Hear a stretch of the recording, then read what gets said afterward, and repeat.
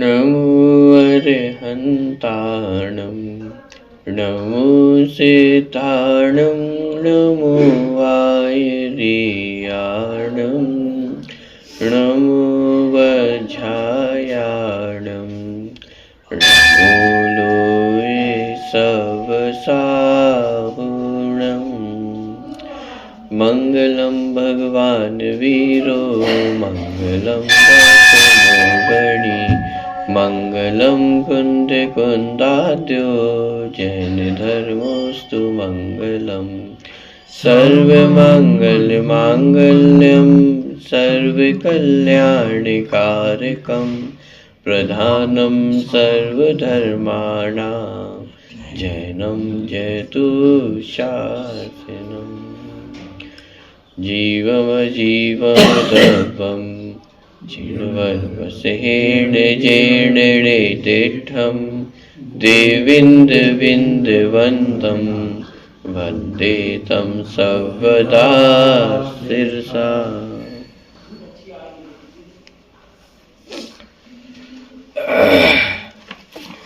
सत्तावन गाथा की टीका की चर्चा अपनी चल रही थी।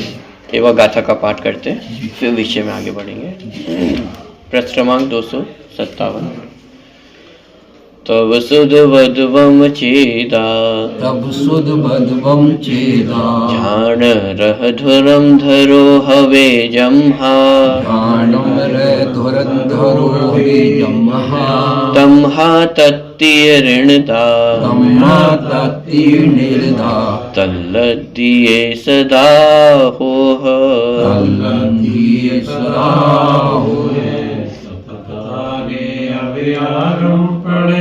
व्रत पाले आत्म इम पढ़े ध्यान धुरंधर है सिद्ध करे तीनों हरि शिव रमणी बरन।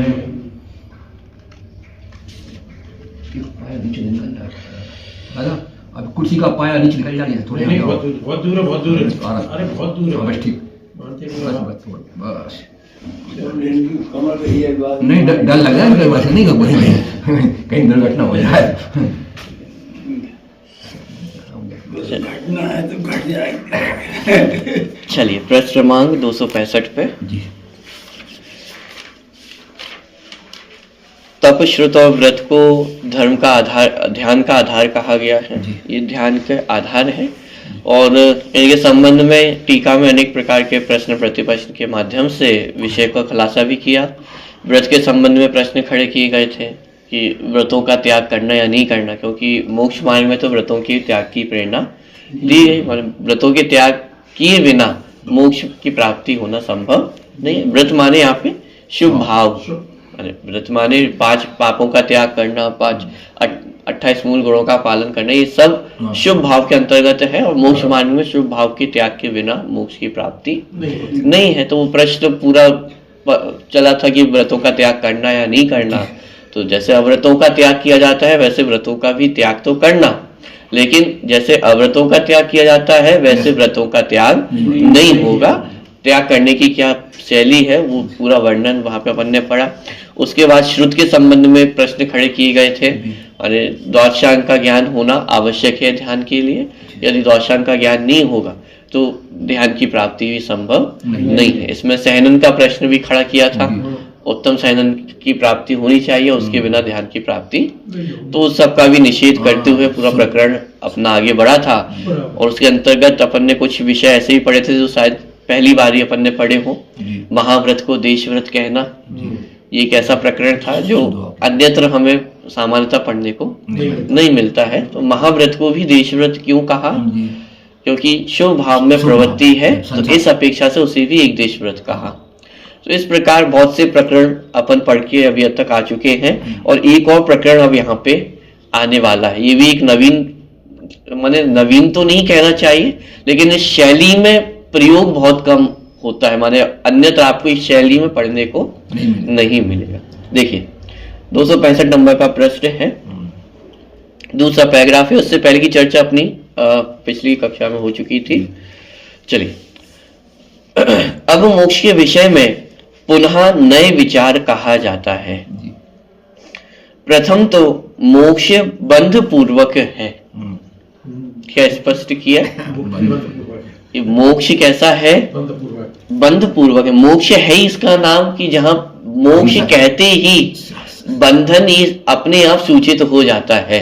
जैसे आप कब मुक्त हुए? जी, तो कहाँ से मुक्त हुए? कहीं से मुक्त हुए? आप कब छूटे?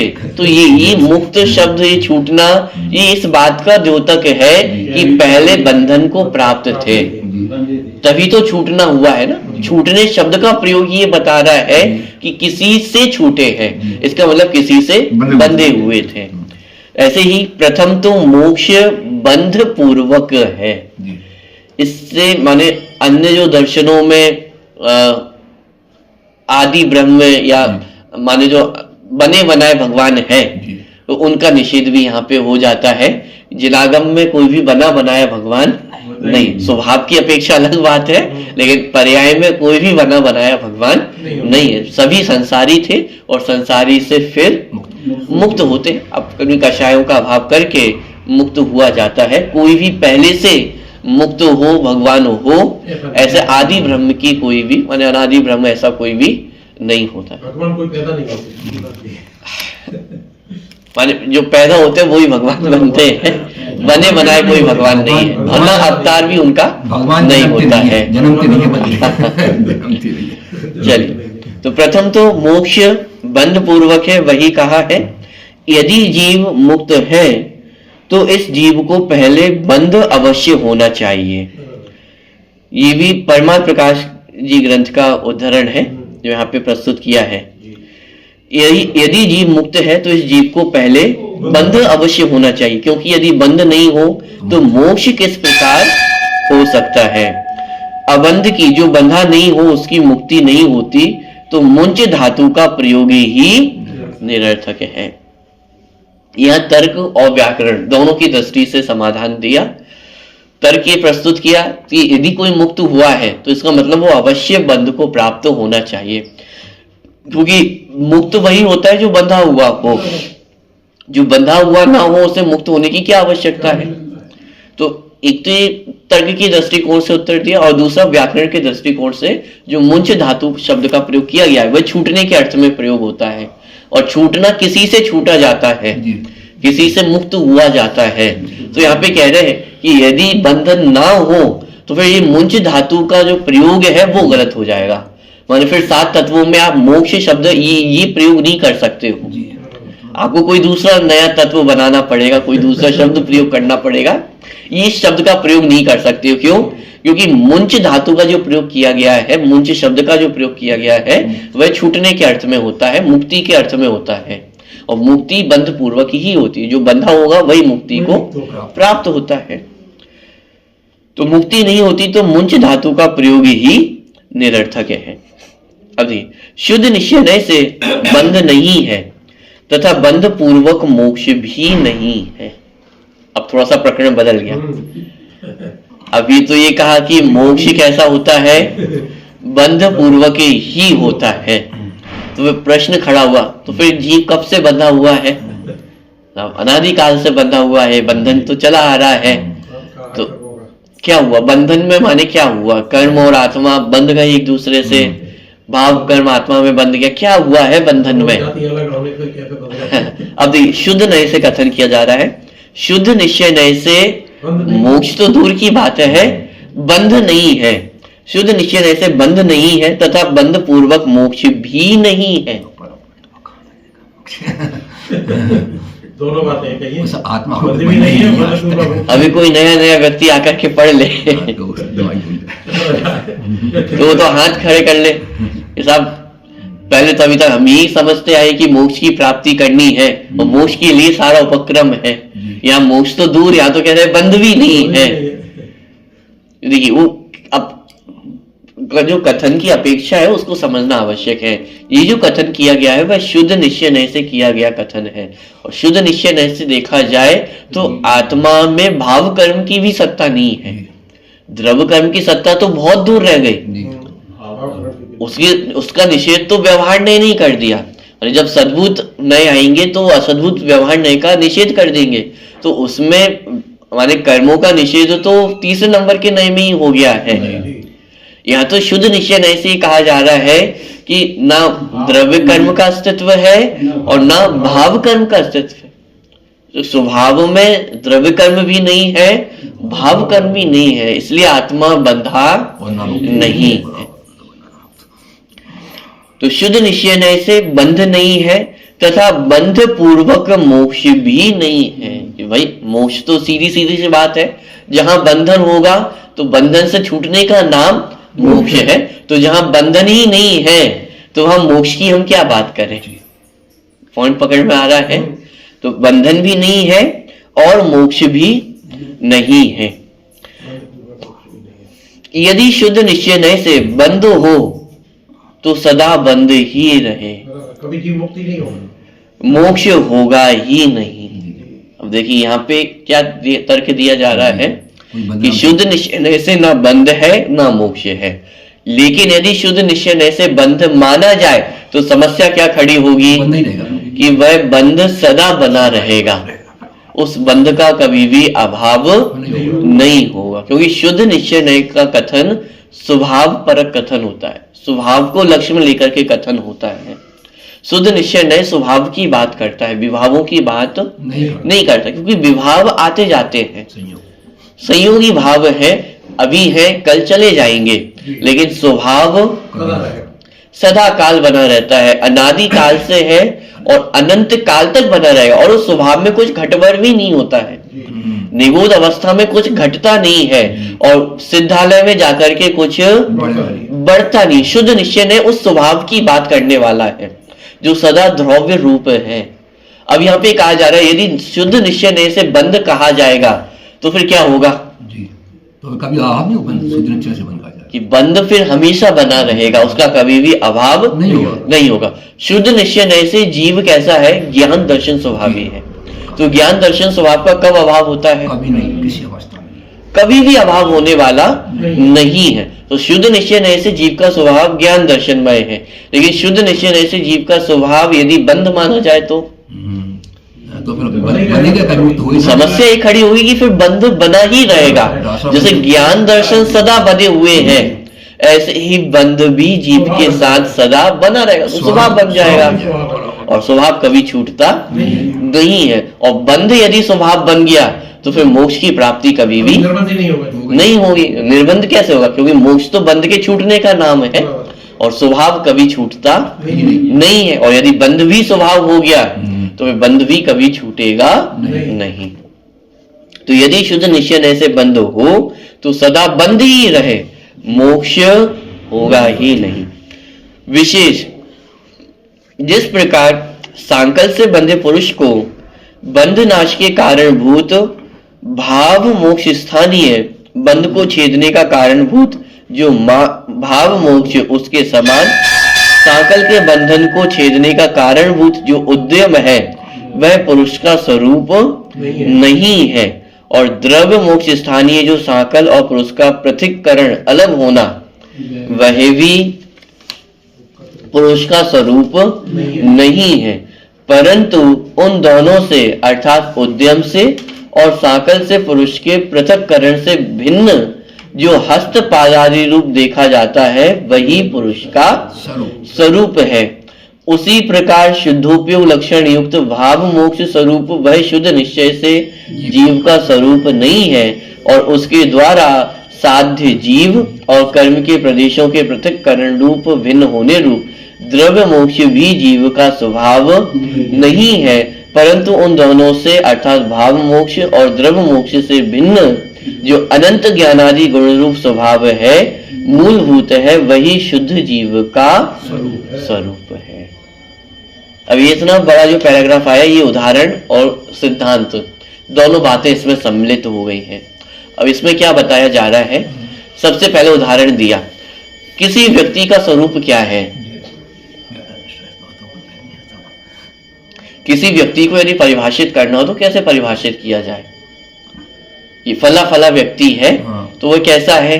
व्यवहार से तो रंग रूप कलर हाइट बायोडाटा बनाया जाता है तो कैसे बनाया जाता है? जन्म कब हुआ, हाइट कितनी है, रंग कैसा है, शिक्षा क्या है, शिक्षा क्या है, ये सब उसके आधार है ना। ये उसका स्वरूप है, उसके हाथ पैर कैसे, माने ये उसका स्वरूप है। उस माने यहाँ पे जो एग्जाम्पल दिया हस्त पादादि, ये उसका स्वरूप है। अब लेकिन कभी कभी लक्षण बाहर से भी बनाए जाते हैं। जैसे वर्तमान में आपको पहचानना है कि किस व्यक्ति की बात चल रही है। साहब वो सफेद वस्त्र पहने होंगे, उनको बुला करके ले आओ। चश्मा पहने होंगे, उनको बुला करके ले आओ। टोपी पहने होंगे, उनको बुला करके ले आओ। तो ये जो हमने स्वरूप बनाया, ये जो लक्षण बनाया, ये बाहर की चिन्हों के आधार से हमने लक्षण बनाया है। ये उनका स्वरूप नहीं है। वस्त्र स्वरूप नहीं है, चश्मा स्वरूप नहीं है, टोपी स्वरूप नहीं है, डंडे वाला व्यक्ति ये स्वरूप नहीं है। लक्षण बनाया है पहचानने के लिए, लेकिन स्वरूप नहीं है। ऐसे ही यहाँ पे एग्जाम्पल दिया, कोई व्यक्ति है और वो सांकल से बंधा हुआ है, चेन से बंधा हुआ है, तो वर्तमान में उसका लक्षण ही हो सकता है कि जो चेन से बंधा हुआ व्यक्ति, ये उसका लक्षण तो हो गया, आपको पहचानना है। तो ये व्यक्ति कौन है, ये चेन से बंधा हुआ व्यक्ति है। तो ये हमने पहचानने के लिए प्रयोग तो किया जा रहा है, लेकिन वह चेन उसका स्वरूप नहीं है। उसका स्वरूप तो उसके हस्त पाद आदि ही है, उसके जो हाथ पैर आदि है, उसका चेहरा, वही उसका स्वरूप है। वो चेन उसका स्वरूप नहीं है। पहली बात, ये बंध की बात हुई कि बंध जीव का स्वरूप नहीं है। बंध जीव का स्वरूप नहीं है, इस कथन में किसी को कोई समस्या नहीं है। हमें भी समस्या नहीं है, आपको भी समस्या नहीं है। कोई नवीन से नवीन भी आएगा तो उसको भी एक बार को बंध जीव का स्वरूप नहीं है, इसमें कोई समस्या खड़ी होने वाली नहीं है। लेकिन जब ये कहा जाता है कि मोक्ष भी जीव का स्वरूप नहीं है, फिर जरूर आदमी घूमता है। तब नवीन तो छोड़िए, जो सालों से स्वाध्यायी जीव है उन्हें भी शंका खड़ी हो जाती है, उन्हें भी प्रश्न खड़ा हो जाता है कि आप बंध तो जीव का स्वरूप नहीं, ये बात सही है, लेकिन मोक्ष को भी आप जीव का स्वरूप नहीं कहते हो, ये बात हमें समझ में नहीं आती है, पचती नहीं है। तो उसको समझाने के लिए यहाँ पे उदाहरण दिया, जैसे कोई सांकल से बंधा हुआ जीव है, अब वह सांकल से छूटने का उपाय करता है, उद्यम करता है, इसे कहा भाव मोक्ष। क्या कहा इसे? भाव मोक्ष। तो ये जो व्यक्ति सांकल से छूटने का उद्यम कर रहा है, ये भाव मोक्ष है। और जब सांकल से छूट जाता है तो क्या होता है? द्रव्य मोक्ष। यहाँ पे कहा जा रहा है, चाहे भाव मोक्ष हो चाहे द्रव्य मोक्ष हो, दोनों ही उस व्यक्ति के स्वरूप नहीं है। क्योंकि उस व्यक्ति का स्वरूप तो उसके हस्त पादादिक ही है। हस्त पादादिक माने उसके हाथ पैर चेहरा, यही उसका स्वरूप है।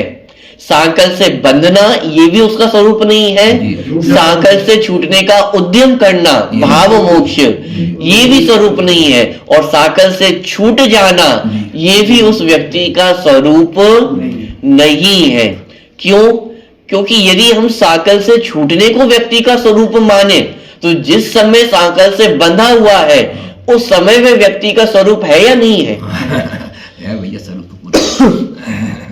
यदि सांकल से बंधने के काल में भी व्यक्ति का स्वरूप है तो फिर वह स्वरूप तो बंधे काल में भी है ना, तो फिर छूटने में उस व्यक्ति का स्वरूप प्रकट होगा, ऐसा तो नहीं है।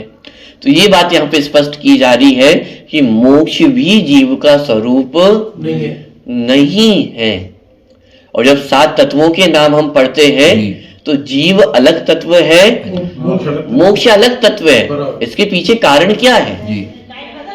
यदि दोनों ही एक हो तो फिर अकेले जीव तत्व कहते हैं या अकेला मोक्ष तत्व कहते हैं। जीव को अलग कहा और मोक्ष तत्व को अलग कहा। इससे भी हमें समझ में आता है कि जीव तत्व का स्वरूप वो जीवत्व है, वो ज्ञान दर्शन, वो उसका जीवत्व पना, ये उसका स्वरूप है। मोक्ष जीव का स्वरूप नहीं है। यदि मोक्ष को जीव का स्वरूप माना जाए तो फिर हम सभी जीव सिद्ध नहीं होंगे। 2 तत्व रूप में 5 पर्याय जीव है। क्या तर्क दिया कि यदि मोक्ष को जीव का स्वरूप कहें तो फिर हम और आप जीव नहीं कहलाएंगे। क्यों?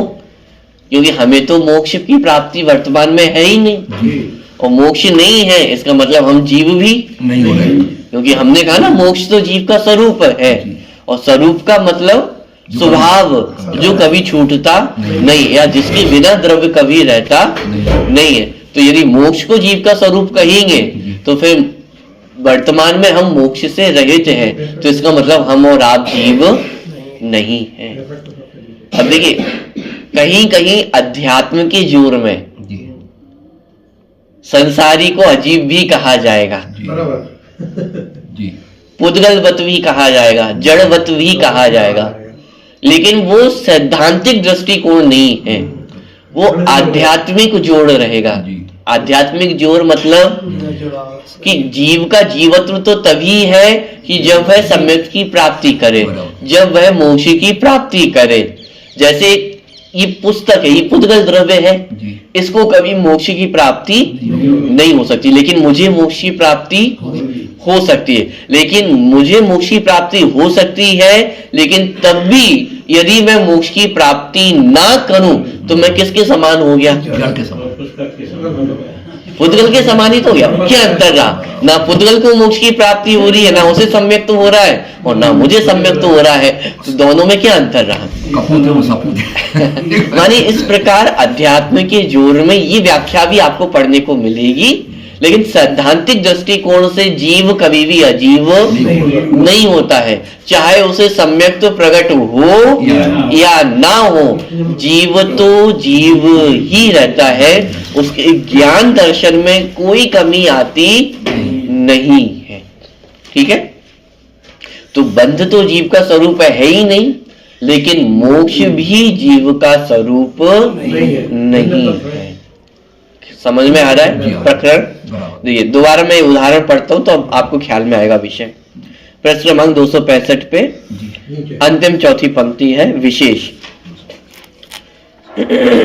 जिस प्रकार सांकल से बंधे पुरुष को बंध नाश के कारण भूत भाव मोक्ष स्थानीय, अर्थात बंध को छेदने का कारण भूत जो भाव मोक्ष उसके समान, सांकल के बंधन को छेदने के कारणभूत जो उद्यम है वह पुरुष का स्वरूप नहीं, ही हुआ भाव मोक्ष। भाव मोक्ष माने यहाँ पे सांकल को तोड़ने का जो उद्यम है, पुरुषार्थ है, उसे यहाँ पे भाव मोक्ष कहा जा रहा है। जैसे वास्तविक मोक्ष को प्राप्त करने के लिए आत्म स्वरूप में एकाग्रता करने रूप जो जीव का उद्यम होता है उसे भाव मोक्ष कहा जाता है। ऐसे यहाँ पे सांकल से छूटने का जो उद्यम है, अभी छूटा नहीं है, उद्यम कर रहा है। मान लीजिए हाथ में चाबी आ गई है और चाबी से ताले को खोलने का जो उद्यम अभी चल रहा है उसका नाम है भाव मोक्ष। या वर्तमान मन में जो स्ट्रेटेजी सोच रहा है, तरीके सोच रहा है कि कैसे मैं इस बंधन से मुक्त हो सकता हूं, इसका नाम यहाँ कहा जा रहा है भाव मोक्ष। ठीक है, तो सांकल से बंध को छेदने के कारणभूत जो उद्यम है, या मैं इसको कहूं जो भाव मोक्ष है, वह पुरुष का स्वरूप नहीं है। दो चीजें आ गई यहां पे। पहली पंक्ति में जिस प्रकार सांकल से बंधे पुरुष को, ये बंधन की बात हो गई है, बंधन भी जीव का स्वरूप नहीं है। बंध से छूटने का जो उद्यम कर रहा है वो उद्यम भी उस पुरुष का स्वरूप नहीं है। उद्यम यानी संबंध, बात पकड़ में आ रही जी। ये जो उद्यम चल रहा है ये पुरुष का स्वरूप नहीं है। थोड़े यदि कठोर शब्दों में हमारे कहे, वर्तमान में हम यहाँ पे जो स्वाध्याय कर रहे हैं यह जीव का स्वरूप नहीं है। माने क्या, महावीर भगवान वर्तमान में कितना स्वाध्याय कर रहे हैं। ये स्वाध्याय भी वास्तव में मजबूरी है जी, बंधन से मुक्त होना है। अब शब्द थोड़े कठोर लग सकते हैं, थोड़े कठिन लग सकते हैं कि ऐसा कैसे बोल सकते हैं, लेकिन जब सिद्धांत के आधार से हम समझ रहे हैं तो बोलने में कोई समस्या भी नहीं है, क्योंकि ये स्वाध्याय भी हमारी मजबूरी को दर्शाता है, ये हमारी परिपूर्णता को नहीं दर्शा रहा है। स्वाध्याय हमें क्यों करना पड़ रहा है?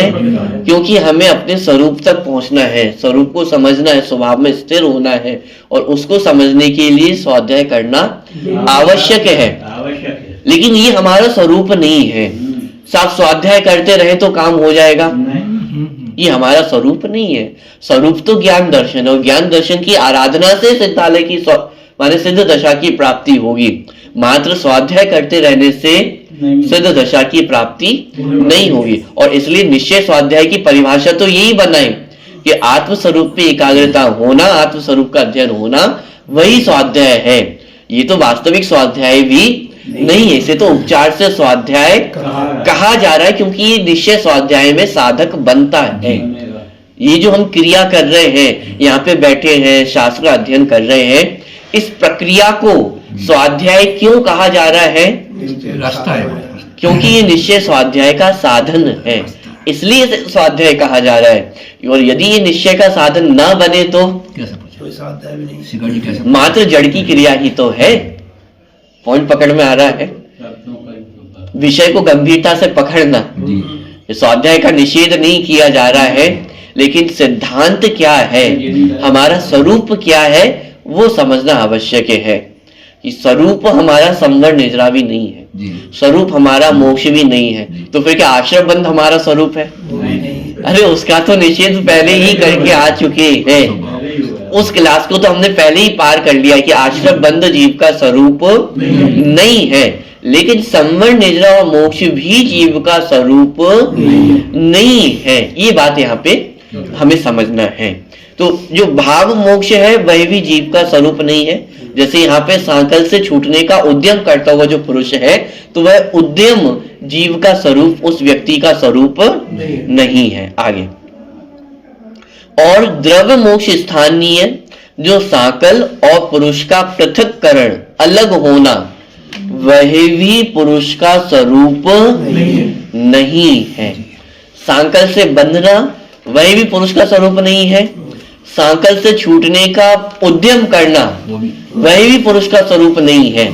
और सांकल से छूट जाना, जैसे कहा द्रव्य मोक्ष है, जैसे आत्मा और कर्मों का छूट जाना उसे हम द्रव्य मोक्ष कहते हैं, ऐसे ही सांकल का और पुरुष का छूट जाना उसे कहा द्रव्य मोक्ष। ये द्रव्य मोक्ष भी उस पुरुष का स्वरूप नहीं है। परंतु उन दोनों से, किन दोनों से?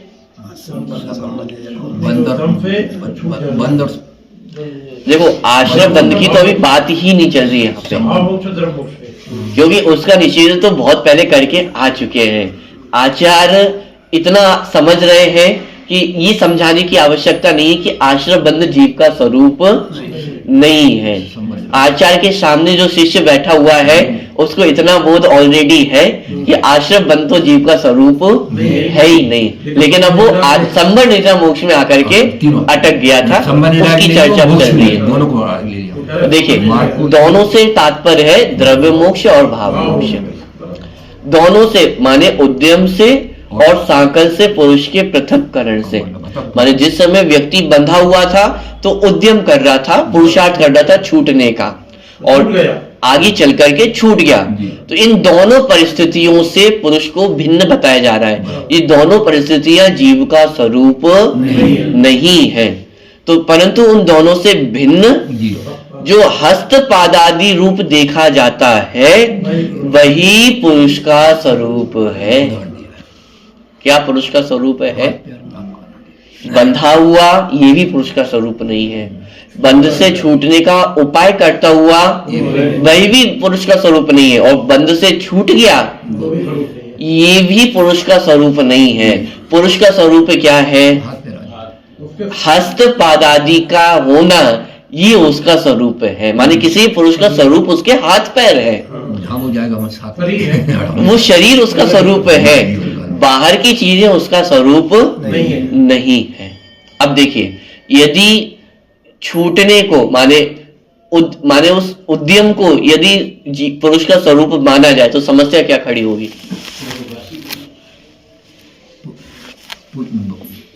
जब वो छूटने को आया, जब बंद में था या बंद के पहले था तो पुरुष नहीं था क्या? बंद के पहले पुरुष नहीं था क्या?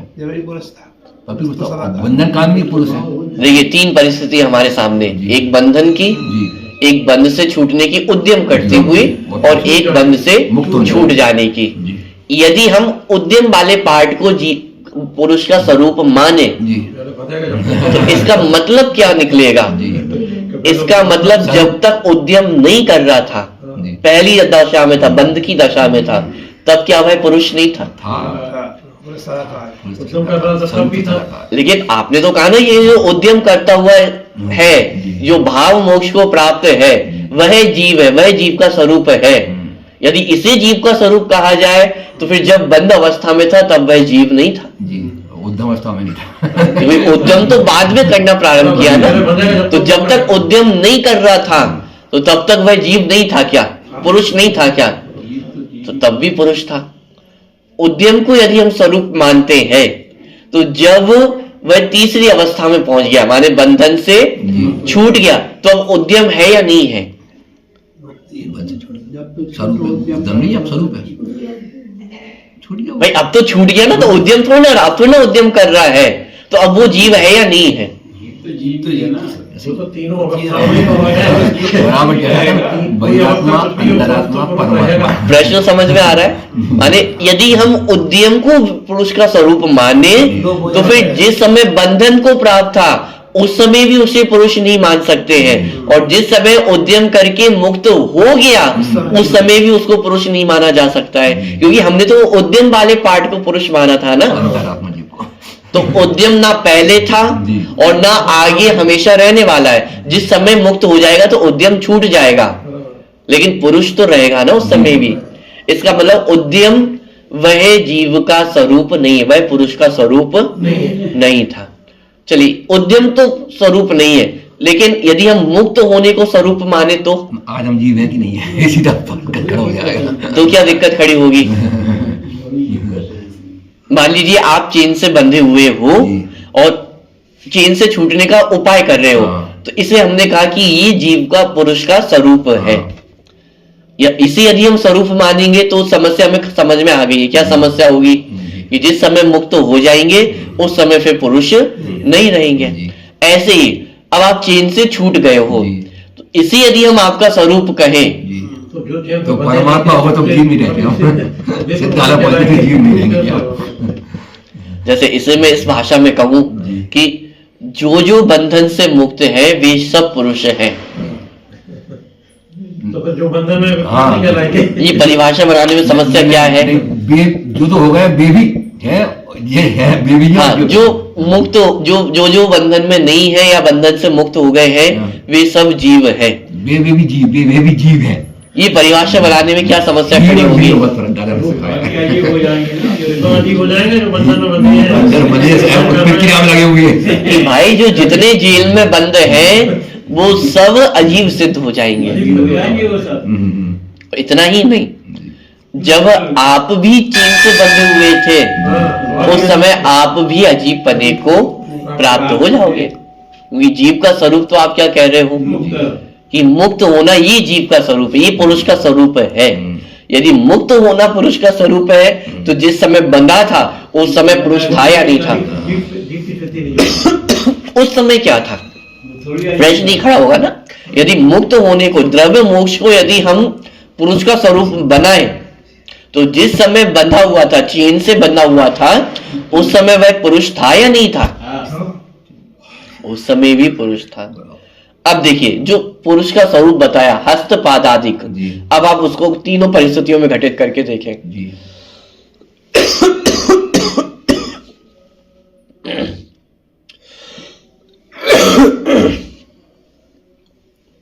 जिस समय बंधा हुआ है उस समय हस्त पादादिक है या नहीं है? है। जिस समय उद्यम कर रहा है छूटने का उस समय हस्त पादादिक है या नहीं है? और जिस समय मुक्त हो गया है उस समय हाथ पैर है या नहीं है? है। इसका मतलब हाथ पैर उस पुरुष के स्वरूप है, बाकी की चीजें उसका स्वरूप नहीं थी, क्योंकि वो रह भी सकती है, जा भी सकती है, छूट भी सकती है। जो आता जाता रहे वह पुरुष का स्वरूप नहीं हो सकता है। पुरुष का स्वरूप तो वह होगा जो उसके साथ सदा रहे, वही तो उसको डिफाइन करेगा ना।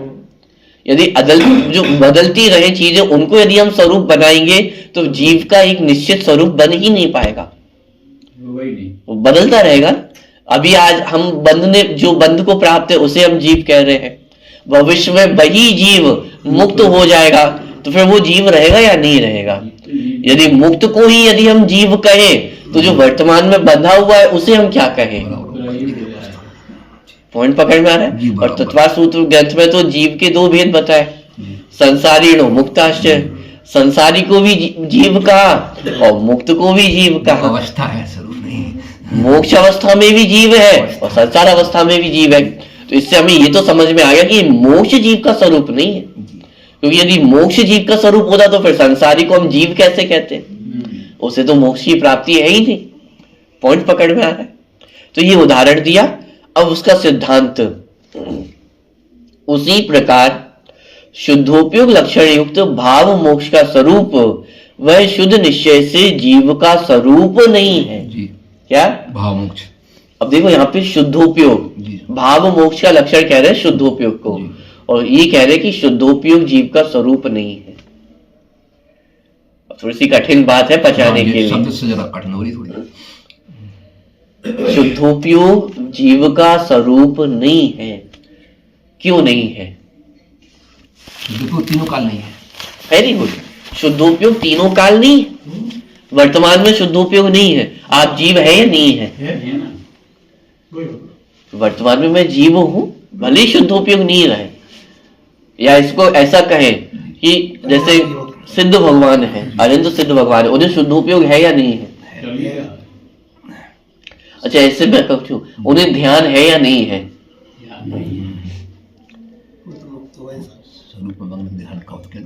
अनंत सिद्ध भगवान के संदर्भ में इस तरह से उसका प्रयोग होता है। सिद्ध भगवान को ध्यान नहीं है, ध्यान का फल है, ध्यान के फल की प्राप्ति हो गई है।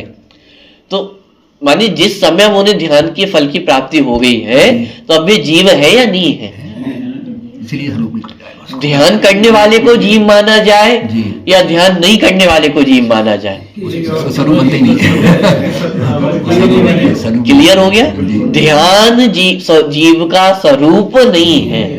ऐसे ही शुद्धोपयोग जीव का स्वरूप नहीं है। जिस समय जीव शुद्धोपयोग नहीं करता है उस समय भी वह जीव ही रहता है। जिस समय शुद्धोपयोग कर रहा है उस समय भी जीव है, और जिस समय शुद्धोपयोग के फल की प्राप्ति हो गई है उस समय भी वह जीव ही है। पॉइंट पकड़ में आ रहा है। जब शब्दों का प्रयोग कर रहे हैं तो हो सकता है आपको थोड़ा सा कठिन लगे, कहने में आपको थोड़ा सा अचरज भी होगा कि कैसे बोल कैसे दें, लेकिन आपके पास जिनवाणी का आधार है, इसे घबराने की आवश्यकता नहीं, वस्तु स्वरूप है। थोड़ा जो भैया के पास बैठते हैं ना उनको थोड़ा कि जीव तो जीव ही है, घबराने की आवश्यकता नहीं है। देखिए, उसी प्रकार शुद्धोपयोग लक्षण युक्त भाव मोक्ष का स्वरूप वह शुद्ध निश्चय से जीव का स्वरूप नहीं है। यहाँ तो कितने स्पष्ट शब्दों में कह दिया ना।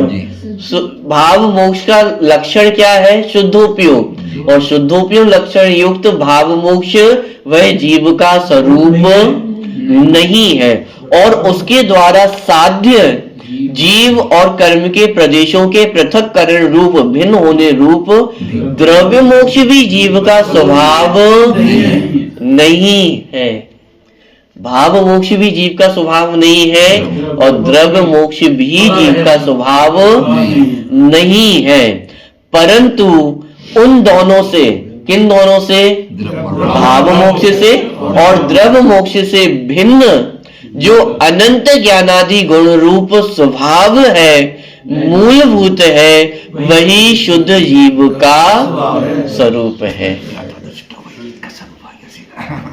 अभी मन में प्रश्न खड़ा हो सकता है कि ये बात यहाँ पे क्यों कही जा रही है, क्यों बताई जा रही है? बचपन से तो हम यही पढ़ते आए कि मोक्ष की प्राप्ति करनी है, और अब आप यहाँ पे आकर कह रहे हो कि मोक्ष तो जीव का स्वरूप ही नहीं है, तो मोक्ष प्राप्त करें या नहीं करें?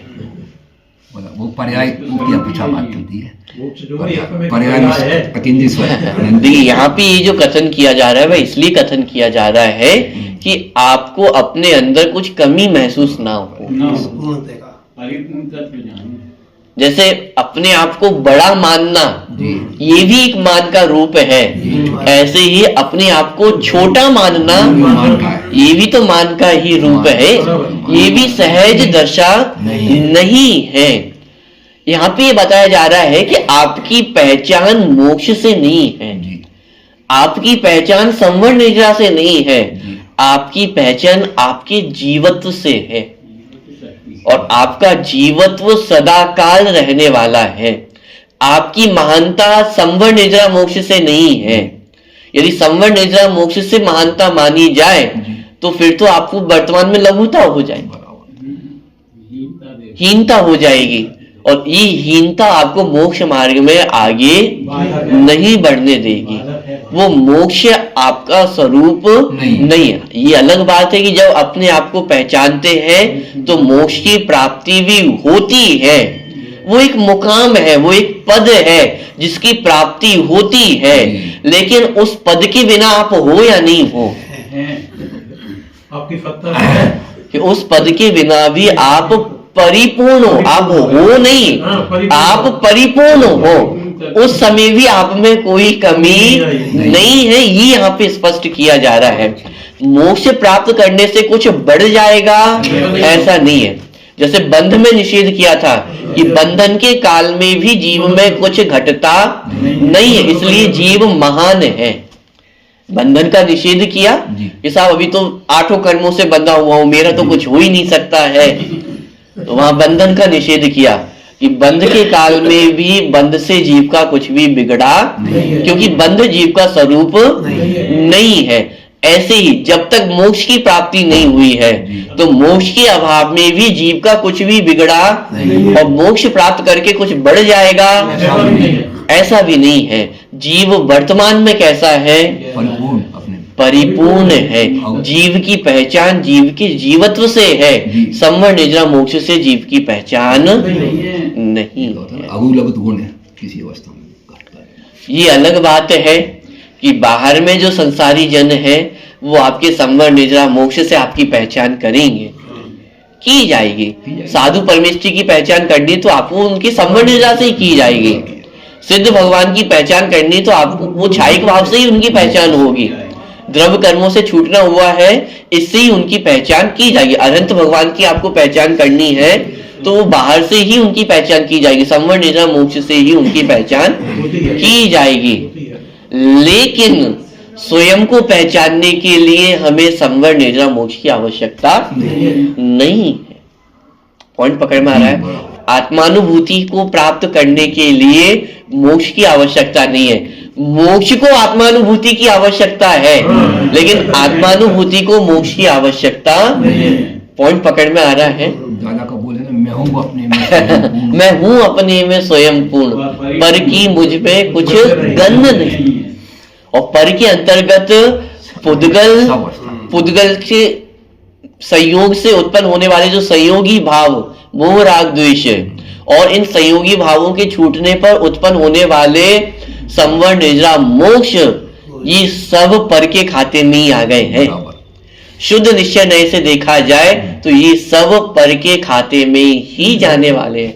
शुद्ध निश्चय नए से एक ज्ञान दर्शन ही मेरा स्वरूप है, क्योंकि ये मेरा साथ कभी भी छोड़ते नहीं है।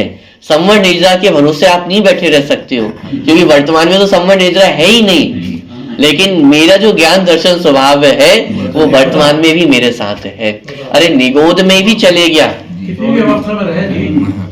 तो भी ज्ञान दर्शन ने मेरा साथ नहीं छोड़ा। तो उस ज्ञान दर्शन के स्वरूप के आश्रय से संवरण निद्रा मोक्ष प्रकट होते हैं। इसलिए संवरण निद्रा मोक्ष भी जीव के स्वरूप नहीं है। ये बात यहाँ पे स्पष्ट की। तो शुद्ध निश्चय नए से देखा जाए तो बंध तो जीव का स्वरूप है ही नहीं, लेकिन द्रव्य और भाव मोक्ष भी जीव के स्वरूप नहीं है। अभी प्रकरण और ये आगे चलने वाला है, और जो पिछली कक्षा में मैंने आपसे बात की थी कि मोक्ष पर्याय को भी एक दिन शुद्ध निश्चय का विषय बताया जाएगा। वो पूरा प्रकरण अभी आगे खुलने वाला है।